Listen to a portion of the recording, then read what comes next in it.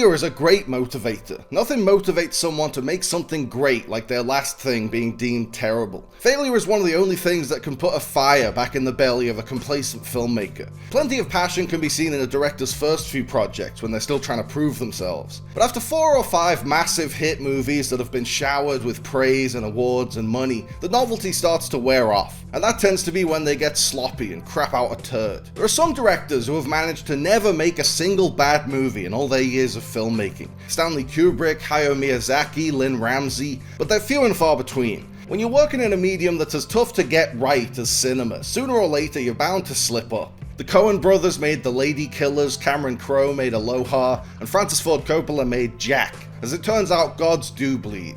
But those slip-ups can be surprisingly liberating. A director's worst film can lead to some of their best work because failure forces them to prove themselves all over again. After Jack, Coppola made The Rainmaker. After The Lady Killers, the Coens made No Country for Old Men. A director's biggest failure can sometimes yield their greatest success. From Spielberg to Scorsese, this pattern can be seen all across film history. So let's dive into some of the most significant examples.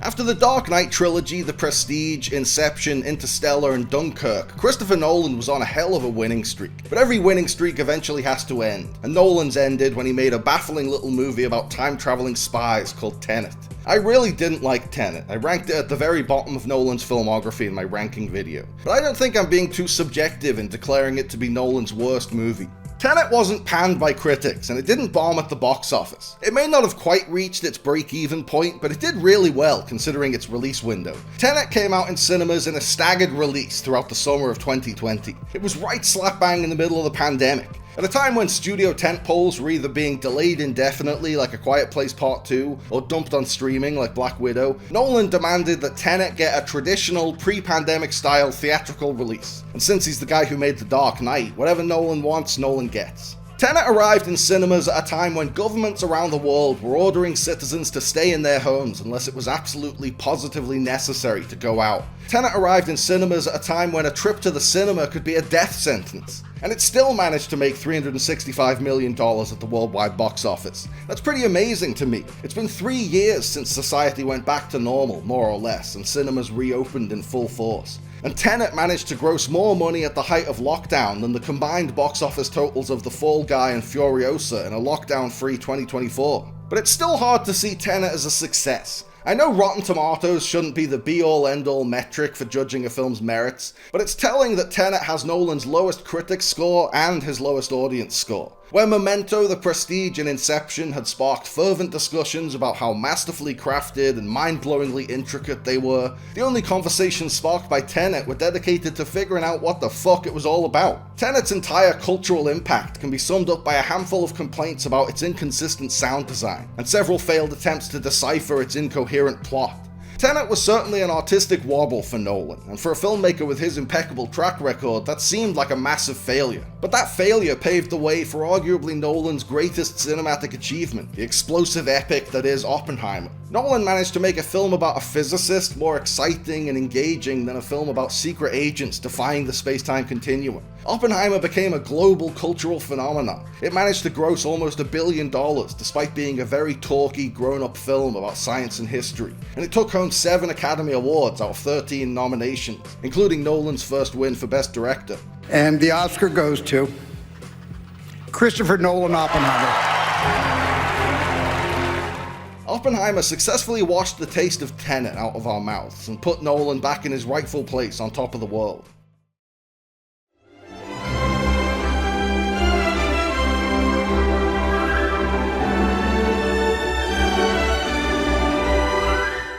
After Steven Spielberg's Jaws became the highest-grossing movie ever made and coined the term blockbuster in 1975, he could pretty much do whatever the hell he wanted. Although he was courted for both a Bond film and a Superman film and expressed interest in both, he couldn't pass up the opportunity to get his passion project funded. So he started work on Close Encounters of the Third Kind.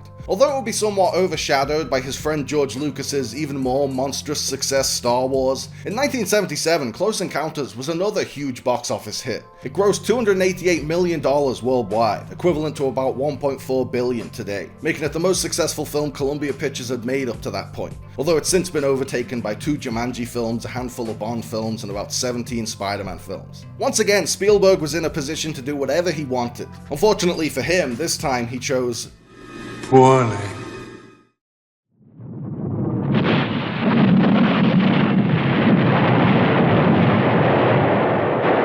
1941, the most explosive comedy spectacular of all times.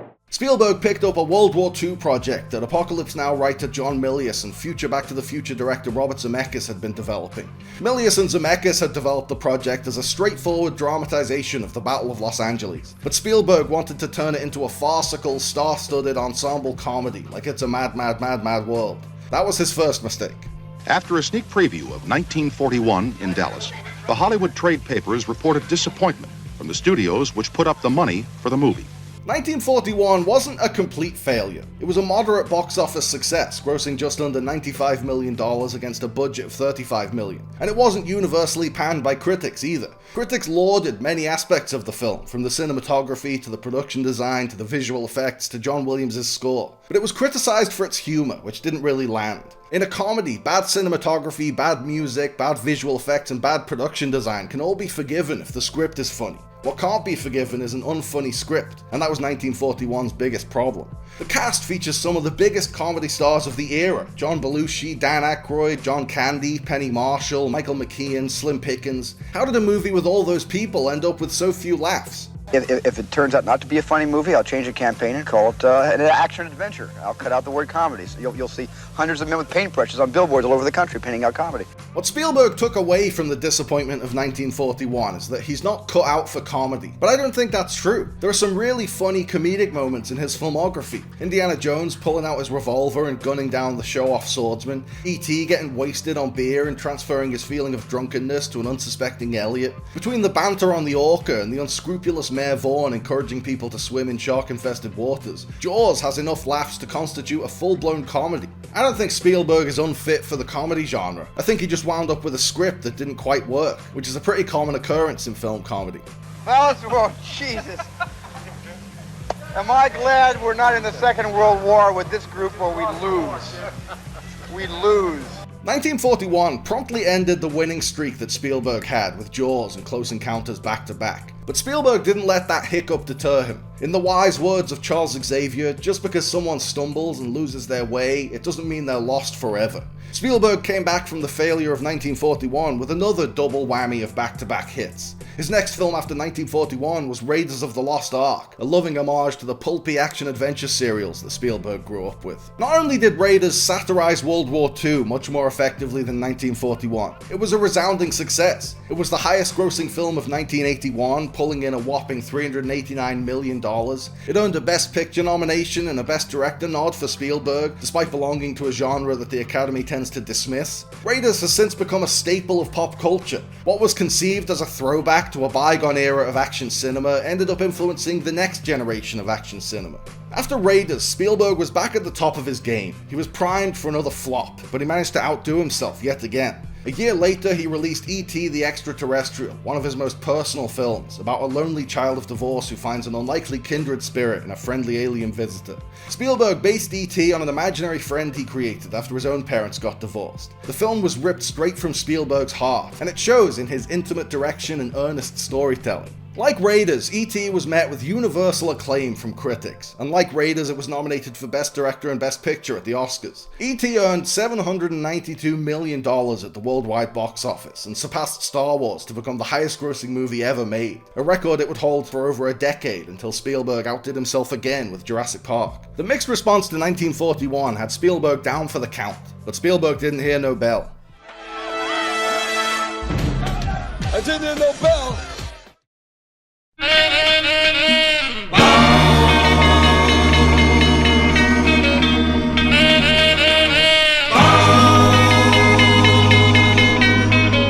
Ever since he burst onto the scene with Reservoir Dogs in 1992, Quentin Tarantino has been one of the biggest names in filmmaking. Today, he's rivaled only by Nolan as a director whose name alone can turn an original film into a massive hit.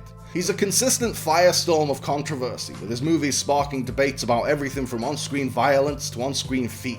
But those controversies seem to have only made him more popular. Why the need for so much gruesome, graphic violence? Why not let us imagine Because it's so much fun, Chan. Get it? Reservoir Dogs revitalized independent cinema by bringing the French New Wave's offbeat interpretation of American gangster films back to America. After that put Tarantino on the map, he made Pulp Fiction, which became a bona fide cultural phenomenon. It's a little $8 million indie film that Tarantino managed to turn into an Oscar-winning $200 million blockbuster.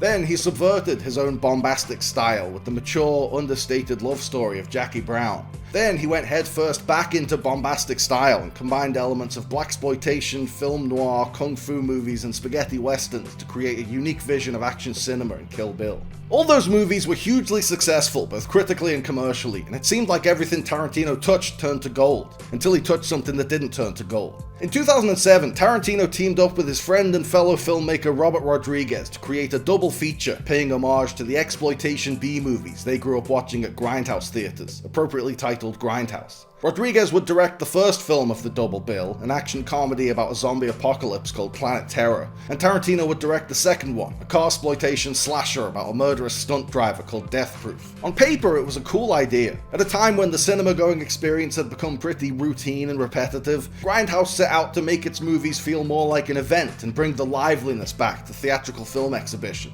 But only American viewers around Tarantino and Rodriguez's age shared their nostalgia for those old Grindhouse double features. And for a project that cost somewhere between $53 and $67 million to turn a profit in 2007, it needed to appeal to a bigger market than that. Grindhouse received mixed reviews from critics. Some found it to be a daring venture and a breath of fresh air, others found it to be tedious and juvenile. Planet Terror and Death Proof replicated the scratchy, amateurish look of the 70s B-movies that inspired them a bit too closely. They have all the things that make those old exploitation films so much grisly fun, but they also have all their glaring flaws.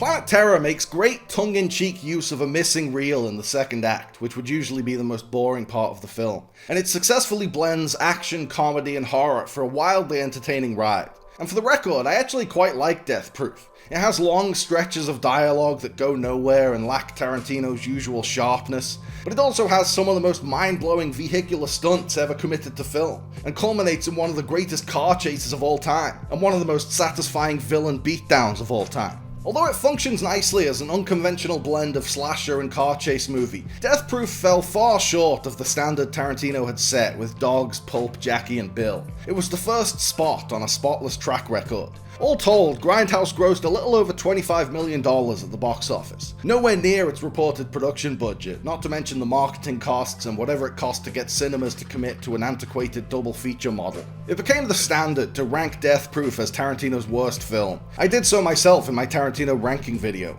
and even the director himself has declared it to be his worst film. Death Proof has got to be the worst movie I ever make. And that's not and for a left-handed movie, that wasn't so bad.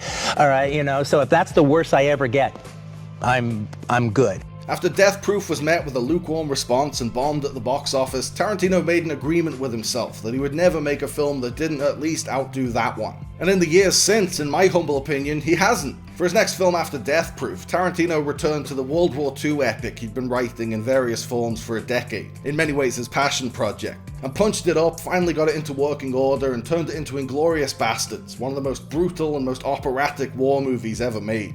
Inglourious Basterds is like a spaghetti western set in Nazi-occupied France. It has one of the greatest opening scenes in cinema history, one of the greatest villains in cinema history, and it did something that no other World War II film had the balls to do. It killed Hitler. And I don't mean he gets to die on his own terms in a bunker like in Downfall. I mean he gets his face riddled with machine gun fire by a pair of Jewish soldiers while his cronies are burned alive around him. Inglourious Basterds became Tarantino's highest grossing film, earning more than Grindhouse's entire run in its opening weekend alone. It received rave reviews and 8 Oscar nominations, including 2 nods for Tarantino for writing and directing, and a much-deserved win for Christoph Waltz's performance as Colonel Hans Lander. Tarantino was always a well-regarded director amongst both snooty art house circles and mainstream filmgoers, but Inglourious Basterds made him a god in both camps. Since Inglourious Basterds, Tarantino has been a consistent hitmaker at the box office and a consistent favourite at the Oscars. His next film, Django Unchained, became an even bigger box office hit. Who would have thought that a nearly 3-hour, darkly comedic western satirizing American slavery could outgross Taken 2, Snow White and the Huntsman, and the 3D re-release of Titanic at the box office in 2012?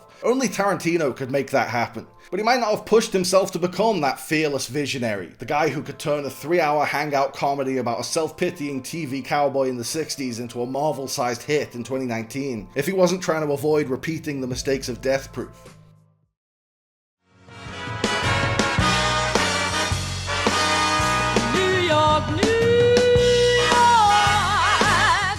In the 70s, Martin Scorsese emerged as one of the most celebrated filmmakers in the world. At the forefront of the new Hollywood movement, Scorsese brought a refreshing sense of verisimilitude to the gangster picture with Mean Streets, earned Ellen Burstyn an Oscar for Alice Doesn't Live Here Anymore, and subverted the then popular vigilante genre with a bleak, harrowing, slightly surreal tale of a disturbed gunman taking the law into his own hands in Taxi Driver. Preeminent critics like Pauline Kael and Roger Ebert hailed Scorsese as the best thing to happen to American cinema since Citizen Kane. It seemed as though Scorsese could do no wrong, and then, of course, he did some wrong. In 1977, Scorsese suffered his first critical and commercial disappointment with New York, New York. This is what happens when the top critics declare you to be the messianic savior of film. All that praise went to Scorsese's head and churned out a bloated, indulgent, overambitious Hollywood epic. Although it's gorgeously shot and Liza Minnelli gives a truly mesmerizing performance, New York, New York doesn't quite work. Scorsese set out to pay homage to the glitzy musicals of the golden age of Hollywood, and did so beautifully. But he also set out to tell a gritty, American New Wave style anti-love story about the bitter demise of a horribly abusive marriage. And those two tones just don't mesh. The musical numbers are spectacular, but they're juxtaposed with the horrors of watching two broken people fall out of love. It's like if Ryan Gosling tried to do Blue Valentine and La La Land in the same movie. A lot of New York, New York's problems have been attributed to Scorsese's worsening cocaine addiction. He was high for most of the shoot, which made it hard to focus. He cut a press conference short because he ran out of coke, and he even resorted to taking lithium on the set to help mitigate his anger. His brain was so fried that he couldn't get the structure of New York, New York under control like he'd done with Mean Streets and Taxi Driver.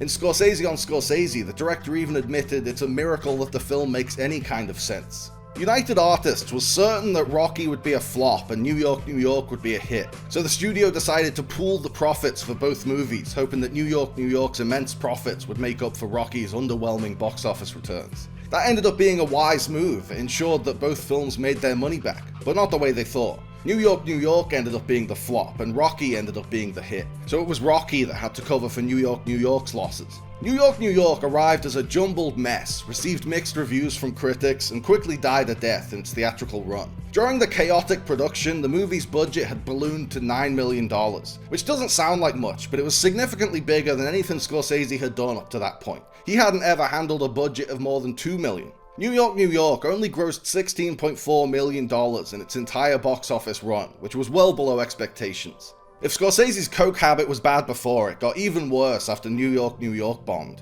After a flop of that magnitude, he thought his career was over. And if that wasn't bad enough, his second wife Julia Cameron divorced him, and Minnelli, with whom he'd been having an affair, cheated on him with male ballerina Mikhail Baryshnikov. So Scorsese spiraled into a depression, took a Scarface-sized amount of coke, nearly died from an overdose, and ended up in hospital. By that point, Robert De Niro had wanted to play boxer Jake LaMotta for years. He'd read LaMotta's autobiography on the set of The Godfather Part 2, and while he wasn't enamored with the actual writing, he became fascinated with LaMotta as a character. De Niro had been pestering Scorsese about directing the biopic ever since, but Scorsese continually shrugged it off, because he'd never been a sports fan and he always found boxing to be boring. But after he was hospitalized and his filmmaking career seemed to be over, De Niro brought the project to his attention one last time. Now at his absolute rock bottom and with nothing else to do besides read LaMotta's book, Scorsese finally found himself connecting with the material. As he was literally being treated with lithium to get his own rage under control, Scorsese related to LaMotta's struggles outside the ring on a deep personal level, and he even found a way to connect with LaMotta's experiences inside the ring. Scorsese found boxing to be comparable to filmmaking. In metaphorical terms, every time a director takes on a new project, it's like they're stepping into the ring. They have to stay on their toes and think fast. And more broadly, he felt that boxing was a great visual allegory for anything anyone does with their life.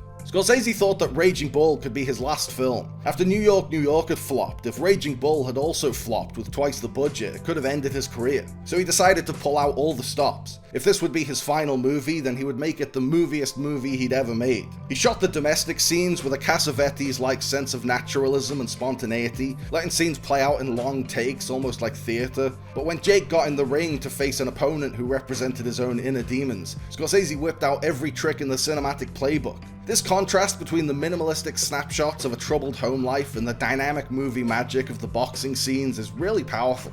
De Niro anchors the whole thing with a harrowing, warts-and-all portrayal of a man who wrestles with uncontrollable anger, intense self-loathing, and the ever-worsening anguish of having driven away everyone he loves. Joe Pesci is fully believable as De Niro's brother. The two actors lived together for a while before filming to create a brotherly familiarity that really shines through on screen, which makes it all the more heartbreaking when Jake finally pushes Joey too far. Kathy Moriarty gives one of the greatest debut performances in cinema history as Jake's long-suffering spouse Vicky, playing out intense, emotionally draining sequences and holding her own opposite De Niro and Pesci at the top of their game. Scorsese chose to shoot Raging Bull in black and white so the boxing gloves would read on camera, but the monochromatic visuals ended up going hand in hand with the rough, uncompromising subject matter. Michael Chapman's understated cinematography is well matched with the rawness of the material. The drab look of black and white film pairs perfectly with harrowing scenes of bar brawls and domestic disputes. From the breathtaking opening image of De Niro bouncing around the ring in hypnotic slow motion to his closing I Could Have Been a Contender monologue, Raging Bull is nothing short of a masterpiece. Raging Bull didn't actually do well at the box office. Frankly, considering it's a black and white film with an overwhelmingly unlikable protagonist and several long, uninterrupted sequences of domestic abuse. Not to mention its marketing campaign was practically non-existent. I'm not surprised it was a box office bomb. By the end of its run, it had grossed $23 million and made just over $10 million in theatrical rentals, which fell short of its $18 million budget. But that didn't matter because the industry loved it. It tied with The Elephant Man for the most nominations at the 53rd Academy Awards. Raging Bull was nominated for 8 Oscars and won 2. Best Actor for De Niro and Best Editing for Scorsese's longtime collaborator Thelma Schoonmaker, both hard-earned and much deserved. Scorsese was nominated for Best Director for the first time after being snubbed for Mean Streets and Taxi Driver. He lost to Robert Redford for Ordinary People, which is just criminal. Ordinary People also beat Raging Bull to Best Picture. I don't hate Ordinary People, but I mean, come on. This is like if Kramer vs. Kramer had beaten Apocalypse Now to Best Picture the year before. Oh wait, it did. Do the Oscars have any credibility whatsoever? Although Raging Bull wasn't a box office success and he didn't win the Oscar, Scorsese was back in Hollywood's good graces and has been working steadily ever since, alternating between one-for-them studio gigs like Cape Fear and The Color of Money, and one-for-me experimental passion projects like After Hours and The Last Temptation of Christ. Now, Raging Bull is regarded as one of the greatest films ever made. It's ranked higher than Bonnie and Clyde, The Godfather Part 2, and The Best Years of Our Lives on the American Film Institute's list of the 100 best American movies. Even Scorsese's contemporaries like Francis Ford Coppola have cited Raging Bull as one of their favorite films. Scorsese didn't just bounce back from the failure of New York, New York with the success of Raging Bull. He came back with an overall artistic fearlessness. It started a pattern of technical evolution and self-reinvention that has persisted for almost half a century. Scorsese credits Raging Bull with not only saving his career, but saving his life.